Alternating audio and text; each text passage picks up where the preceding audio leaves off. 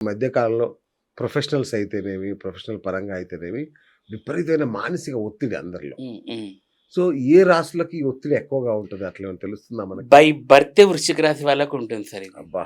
By birth ఆ! ఈ వృశ్చిక వాళ్ళు మనకు ఈటీవీలో ఇంతకుముందు సీరియల్‌లు వచ్చేటివి. ఆ! అంతరంగాలు, అవును. అవును.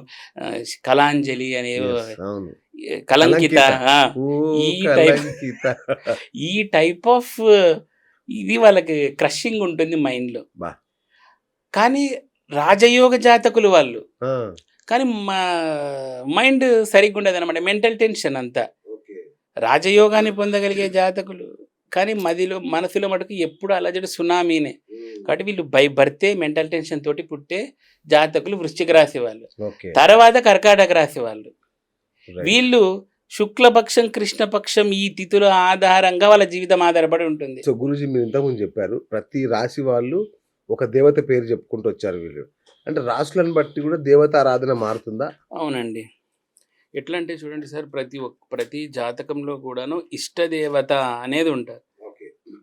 ఇష్టదేవత అంటే మీకు ఇష్టమైన దేవతని కాదు. జాతకరీత్యా భగవంతుడు మీకు ఆల్రెడీ పుట్టడంతోనే ఒక ఇష్టదేవతని పెట్టండి. షీఈస్ యువర్ ప్రొటెక్టింగ్ గాడెస్ అనమాట. ఓకే. అది దేవుడైనా దేవత అయినా కూడా మీకు రక్షించే ఒక ప్రొటెక్టర్ అన్నమాట. ఓకే. సో ఆ దేవతని మీరు ఫైండ్ అవుట్ చేయగలగాలి. నేను తంత్రంలో ఉన్నా కాబట్టి దేవతనే చెప్తున్నాను. మామూలు సాత్విక విధానంలో కూడా దేవుళ్ళు కూడా ఉంటారు. సో కాబట్టి అలా ప్రతి భావానికి ఒక దేవత లేదా దేవుడు అనే వాళ్ళు ఉంటారు. ఓకే. అది ఎవరని మీరు ఫైండ్ అవుట్ చేయగలిగితే వాళ్ళను ఆరాధన చేయడం ద్వారా మీకు ఆ ప్రొటెక్షన్ అనేది లభిస్తూ ఉంటుంది. ఇలా డిఫరెంట్ రాసులకి డిఫరెంట్‌గా దేవతలు వస్తూ ఉంటారు. మీరు ఇంకోటి చెప్పారు నాకు ఆశ్చర్యం వేసింది. అంటే ఏం ఆహారం తినాలి? ఏ కలర్ అనేది కూడా ఉంటుంది. అవునండి. ఖచ్చితంగా ఇప్పుడు నవగ్రహాలకు సంబంధించిన డిఫరెంట్ కలర్స్ ఉన్నాయి. వాళ్ళకి సంబంధించిన టేస్ట్‌లు ఉంటాయి. అదే విధంగానే మనం వాటిని అనలైజ్ చేసి ఇవి తినొచ్చు, ఇవి తినకూడదని చెప్తాం. నరఘోష హ్మ్. అతి పెద్ద సమస్య. హ్మ్. ఇంటికి, ఆఫీస్‌కి ఈ నరఘోష పోవాలంటే ఏం చేయాలి? నరఘోష అంటే ఇప్పుడు రెగ్యులర్‌గా అది ఉండేదే సార్. హ్మ్. ప్రతి సంస్థకి కానీ, మనుషులకు కానీ అది వస్తూనే ఉంటుంది. ఆ! మామూలు గుమ్మడికాయలు కట్టుడు, నిమ్మకాయలు ఇట్లాంటివన్నీ కడతా కామన్. ఉంటారు కదా! అది కామనే. కానీ ఈ ఒక్కసారైనా వాళ్ళు 6 మంత్స్ వన్సో, ఇయర్లీ వన్సో కాలభైరవునికి సంబంధించిన హోమము, పూజ అనేది చేసుకోవాల్సి ఉంటుంది. హుహు. లేదా బగలాముఖి చేసుకోవాల్సి ఉంటుంది. ఇలా చేయడం ద్వారా నరదృష్టిని మనము బేస్ లెవెల్‌లో బేసిక్ నుంచి మనము తీసివేయగలిగిన వాళ్ళం అవుతాం. ఈ గుమ్మడికాయలు కట్టేది, నిమ్మకాయలు కట్టేది ఇట్స్ రెగ్యులర్ ప్రొసీజర్. బట్ మనం స్ట్రాంగెస్ట్‌గా చేయాలి, ఒక స్టెరాయిడ్ టైప్‌లో పెట్టాలి అంటే మటుకు ఈ దేవతారాధనలు అచ్చచ్చ. చేయక తప్పదు. ఇంకోటి గురూజీ ఈ నిమ్మకాయలు ఈ తాంత్రిక విధుల్లో చాలా విశిష్టమైన పాత్ర పోషిస్తుంటాయి. అంటే ప్రతిదానికి నిమ్మకాయ కారుకు కడతాము. చివరికి అమ్మవారికి గూడా దండలో నిమ్మకాయల దండే ఏస్తాం. ఏంటి అంత నిమ్మకాయలకున్న సార్ శక్తి? నిమ్మకాయలు అనేటివి ఏమీ లేదండి. అవి కపాలాలు. కపాలాలకి మనం రిప్రజెంటేషన్‌గా నిమ్మకాయలు వేస్తాం. ఓకే. ఇప్పుడు అమ్మవారు చూడండి ముండుమాల వేసుకొని ఉంటుంది. ఆ! అంటే ఏంటి, తను చంపిన రాక్షసులని ఆ తలకాయలు వేసుకుంటూ ఉంటుంది. అమ్మవారి మెడలో 51 ఉంటాయి అని చెప్తారనమాట. ఓకే. సో అన్ని ఇప్పుడు రియల్ కపాలాలంటే ఎక్కడి నుంచి తెస్తాం ఇప్పుడు? కష్టం. అది కూడా కపాలం ఒక్కొక్కటి ఇంతింత ఉంటుంది. మనం 51 పెట్టినా ఎంత కిందికి అవుతుంది? అవును. It is highly impossible to wear. కాబట్టి దానిలో రీప్లేస్‌మెంట్‌గా నిమ్మకాయ అనేది వచ్చింది. అచ్చచ్చ. ఇక 2 రకాలు వాడతారు సార్. తంత్రంలో అయితే టెంకాయ కూడా వాడతారు. కానీ టెంకాయ బలికి మాత్రమే. నిమ్మకాయ సంగతి అడిగారు కాబట్టి నిమ్మకాయ అనేది రిప్లేస్‌మెంట్ మనకి కపాలానికి. ఓకే. సో కాబట్టి ఆ ముండుమాలకి రిప్రజెంటేషన్‌గా ఆ కపాలమాల లాగా ఇవి వేస్తారు. అచ్చచ్చ. అది బేసిక్. ఓకే. తర్వాత ఈ కొబ్బరితో కూడా మనం మాల వేస్తారు. హ్మ్. కొబ్బరికాయ అనేది స్కల్ రిప్రజెంటేషన్, పుర్రెని రిప్రజెంట్ చేస్తుంది. ఓహ్! అది ఏంటి ఇట్లా పగలగొడతాం కదా సార్ అది. సో అవునవునవును. అందుకే మనం పగలగొట్టేది కూడా ఎందుకు? మామూలు సాత్వికాచరణ ఏం చెప్తారంటే అది అహంకారానికి ప్రతీక.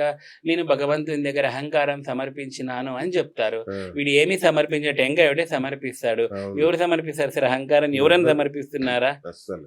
It is highly impossible. ప్రాక్టికల్‌గా ఇవన్నీ పనికిరావు తంత్రాలు. ఓకే. కాబట్టి వాళ్ళు ఏం చెప్తారు? తలకాయ పగలగొట్టినట్టు. ఇప్పుడు అమ్మవారు రక్తప్రియే కాబట్టి తాంత్రిక దేవతలు కాబట్టి అవును. ఆ టెంకాయని దాన్నిగా కొడతారు. కానీ అచ్చచ్చ. నిజం చెప్పాలంటే తంత్రాలు టెంకాయకి స్థానం లేదు. లేదు. దాన్ని తీసుకొచ్చి వీళ్ళు సాత్వికంలో టెంకాయ పెట్టుకున్నారు. అచ్చా అచ్చా అచ్చా. దానికి బదులు ఇది పెట్టుకున్నారు. టెంకాయ పాలు కొడితే ఏమో కదా సార్, కొబ్బరి నీళ్ళు వస్తాయి కదా, అది రక్తం లాగా అనమాట. వగరు వగరు రుచితో ఉంటాయి కదా, బ్లడ్ కూడా అట్లే ఉంటుంది కదా, ఆ, అందుకు. గజకర్ణ గోకర్ణ విద్యలు అని చెప్తారు. ఉమ్. అవి నిజంగా శక్తులా లేదంటే టక్కుటమార విద్యలా? No, no, no. అది గజకర్ణ గోకర్ణ టక్కుటమార అనేది అది కలిపేశారు. అదే అంటున్నా. గజకర్ణ గోకర్ణ అంటే ఇప్పుడు గజకర్ణ అంటే ఏంటి సార్? గజం యొక్క కర్ణం అంటే ఏంటి? చెవి. చెవి. గోకర్ణం అంటే ఏంది? గోవు చెవి. గోవు చెవి, గోకర్ణం ప్లేస్ కూడా ఉంది. అవును. అంటే గజం అంటే మనకి ఏమిటికి సింబల్? ఒక చిన్న చెవి. రాజసానికి, ఆఫ్ కోర్స్. ఒక విద్యకి. అంటే ఇప్పుడు పూర్వకాలం ఇట్లా పండితులని గజం మీద ఊరేగించేసేవాళ్ళు. అవును. అంటే లావిష్నెస్ కి ఇది పేరెన్నిక కన్నది గజము. అచ్చా, ఓకే. అదే విధంగా గోవు అంటే ఎంతటి ఒక చాలా శుద్ధమైనది, పవిత్రమైనది గోమాత. ఇలా ఎలా కొలుస్తామో, కర్ణము అనేది దేన్ని రిప్రజెంట్ చేస్తుంది? మెర్క్యూరీ అంటే బుధుని రిప్రజెంట్ చేస్తుంది. Okay okay. బుధగ్రహం దేనికి? రాజసానికి ప్రతీక బుధుడు. ఎందుకంటే బుధుడు రాజకుమారుడు కాబట్టి. అందుకే బుధుడు చాలా బాగున్నోళ్ళు ప్రిన్స్ లాగా వాళ్ళు చాలా వ్యవహరిస్తూ అంటారు అన్నమాట. సో అంటే ఆ ఏనుగుకి సంబంధించిన అంతటి ఆ ప్రిన్స్లీ నేచర్, ఆ గోవుకి సంబంధించిన సాంప్రదాయ ఇట్లాంటి ఆ స్టేచర్ అంతా వస్తుంది ఆ విద్యలు నేర్చుకుంటే. దానిని గజకర్ణ గోకర్ణ విద్యలు అంటారు. ఈ టక్కుటమార్ అంటే తెలియదు నాకు, అదేదో కలిపినారేమో నాకు డౌట్. అదే ప్రాస కోసం టక్కుటమార కలిపినారేమో మరి. మరి ఎవరైనా టక్కుటమార అని తెలిసినుంటే చెప్పాలి. ఇది గజకర్ణ గోకర్ణ విద్యలు అంటే రాజయోగాన్ని ఇచ్చే విద్య. కొన్ని సినిమాల్లో చూసాం మేము, అంటే మాంత్రికులకు తాంత్రికులకి పళ్ళు కూడా బీకేస్తారు. సో దానివల్ల వాళ్ళ శక్తులు ఏమన్నా పోతాయా? ఎందుకు బీకుతారు అది? సో చూడండి, ఎందుకు అలా టీత్ అనేది మనకి ఇంపార్టెన్స్ అంటే తంత్ర విద్యల్లో మనకి ఈవెన్ సార్ ఇప్పటికి కానీ తంత్ర విద్యల్లో టీత్ సరిగ్గా లేనోడికి తంత్ర విద్య నేర్పించడానికి గురువు విల్లింగ్గా ఉండడు. టీత్ స్ట్రక్చర్ ప్రాపర్గా ఉండాలి, అప్పుడు మాత్రమే తంత్రం వస్తుంది. సొట్ట పళ్ళు, ఎత్తు పళ్ళు, వంకర టింకర పళ్ళు ఇట్లా ఉంటే ప్రాపర్ తాంత్రిక విద్యను అభ్యసించలేరంట.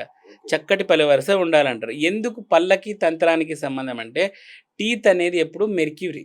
ఇప్పుడు ఇందాక మనం చెవులు మెర్క్యూరీనా, టీత్ కూడా మెర్క్యూరీ. పళ్ళు సరిగ్గా ఉండాలి అంటే బుధానుగ్రహం సరిగ్గా ఉంటేనే పళ్ళు బాగుంటాయి. పళ్ళు సరిగ్గా లేవు అంటే చూస్తేనే చెప్పొచ్చు వీడికి బుధుడు సరిగ్గా లేడు. బుధుడు దేనికి ప్రతీక? బుద్ధికి ప్రతీక, ఐక్యూకి ప్రతీక. అంటే ఇవన్నీ ఎందుకు వస్తాయి? నీకు తంత్రంలో అభ్యసించాలంటే ఇంత షార్ప్గా ఉండాలి నువ్వు. సో అంటే ఆ తాంత్రిక విద్య శక్తి అంతా కూడాను ఆ టీత్లో ఒక సేవింగ్ మోడ్ లాగా. అందుకే టీత్ లేనలో కూడా తంత్ర విద్య విల్లింగ్గా ఉండరు గురువులు. సో ఇట్లాంటి టీత్స్ అంత ఇంపార్టెన్స్ అనమాట. మనకు సర్టన్ టైంలో జ్ఞానదంతాలని వస్తాయి కదండి సార్. సో ఈ జ్ఞానదంతాల ప్రాముఖ్యత కూడా అలాగే ఉంటుంది. పూర్వకాలంలో ఏం చేసేవాళ్ళంటే రాజులు ఈ తాంత్ర విద్యల్ని కొంతమంది తాంత్రికుల ద్వారా నేర్చుకునే ప్రయత్నం చేసేవారు. కొన్ని రకాలుగా గుహ్యకాళి, గుహ్యకేశి ఇలాంటి కొన్ని విద్యలు ఉన్నాయన్నమాట. ఆ విద్యల్ని నేర్చుకునేవాళ్ళు. ఈ నేర్చుకున్నప్పుడు ఏం చేసేవాళ్ళంటే, ఈ రాజు యుద్ధానికి పోతాడు కదండి. అంటే కొంతమంది వినింటారు అనమాట, ఈ రాజులు నేర్చుకున్నారు అని. ఈ రాజులు యుద్ధానికి పోయినప్పుడు ఎక్కడో చోట శత్రువుల చేత వాళ్ళు శిరచ్ఛేదం చేయించబడతారు. లేదంటే పొడిచే వీడు చచ్చిపోతాడు రాజు. అప్పుడు ఎవరు లేని సమయాల్లో అంటే ఎలాగో అలాగా ఈ తాంత్రికులు కానీ కొంతమంది కానీ రాజు యొక్క ఆ జ్ఞానదంతాల్ని పగలగొట్టే వాళ్ళు అనమాట.